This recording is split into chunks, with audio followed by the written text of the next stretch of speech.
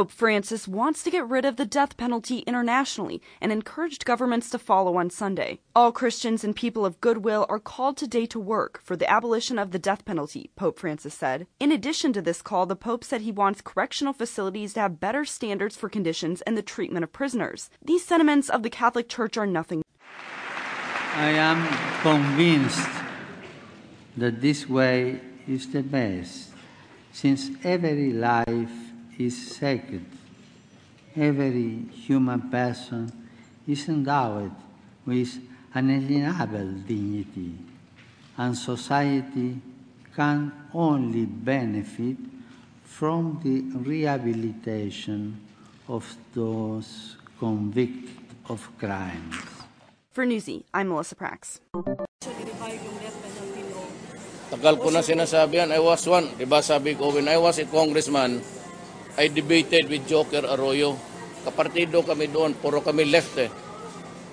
Kami nila Eta Rosales. Puro kami left noon. And I debated with him because sila yung gusto ng i-lift yung walain yung death penalty. Ako yung patay na ayaw ko. Sabi ko marami patayin. Huwag mong pigilan yung punta ng batas na... Tapos, it was not passed during our time. 11 Congress. Kami yung Congress na nag-impeach ni Estrada. It was at that time na gusto nilang i-lift ang death penalty. Ayaw ko, ayaw namin. Marami kami. Kaya sa botohan, tatalo sila.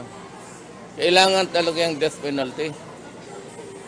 Ang problema kasi, sabi nila, sa Muntinlupa, more than 1,000 na daw naka-standby dyan na yan ang problema nila. Sabi ko, hindi problema yan. Magpatay ka lang ng 10 araw-araw, tapos yan.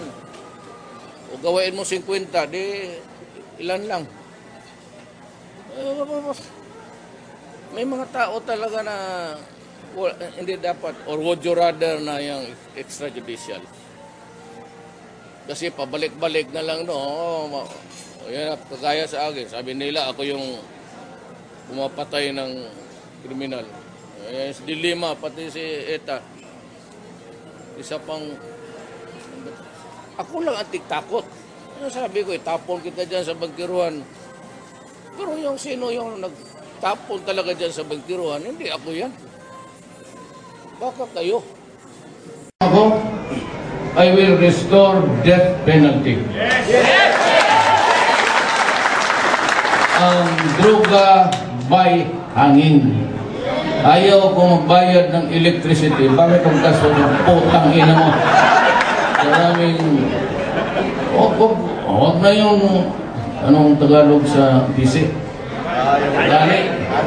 Huwag na yung tali. Yung alambre na lang. Kung ako, I will restore death penalty. Mere possession. Makawa pala ng Cebu. Kaya mapulis ka, kaya mamilitary o civilian, mamayor ka, 10 years yan minimum. At saka ilipat ko yung kuwait o Muntinlupa, ilipat ko. Maraming barko, wala nang shipping masyado yan eh. Ilagay ko na lang sila sa barko, dalhin ko sila sa mga Pacific Ocean. Bigyan ko ng bingwit ang mga putang ina. Iwanan ko sila ng bigas. 1 day 1 8 lang kayo dyan. Bingwit kayo ng sarili ninyo. Kung wala kang panahon, wala kang ano yung ilagay mo bingwit. Pain. Hindi. Putulin mo yung utin mo.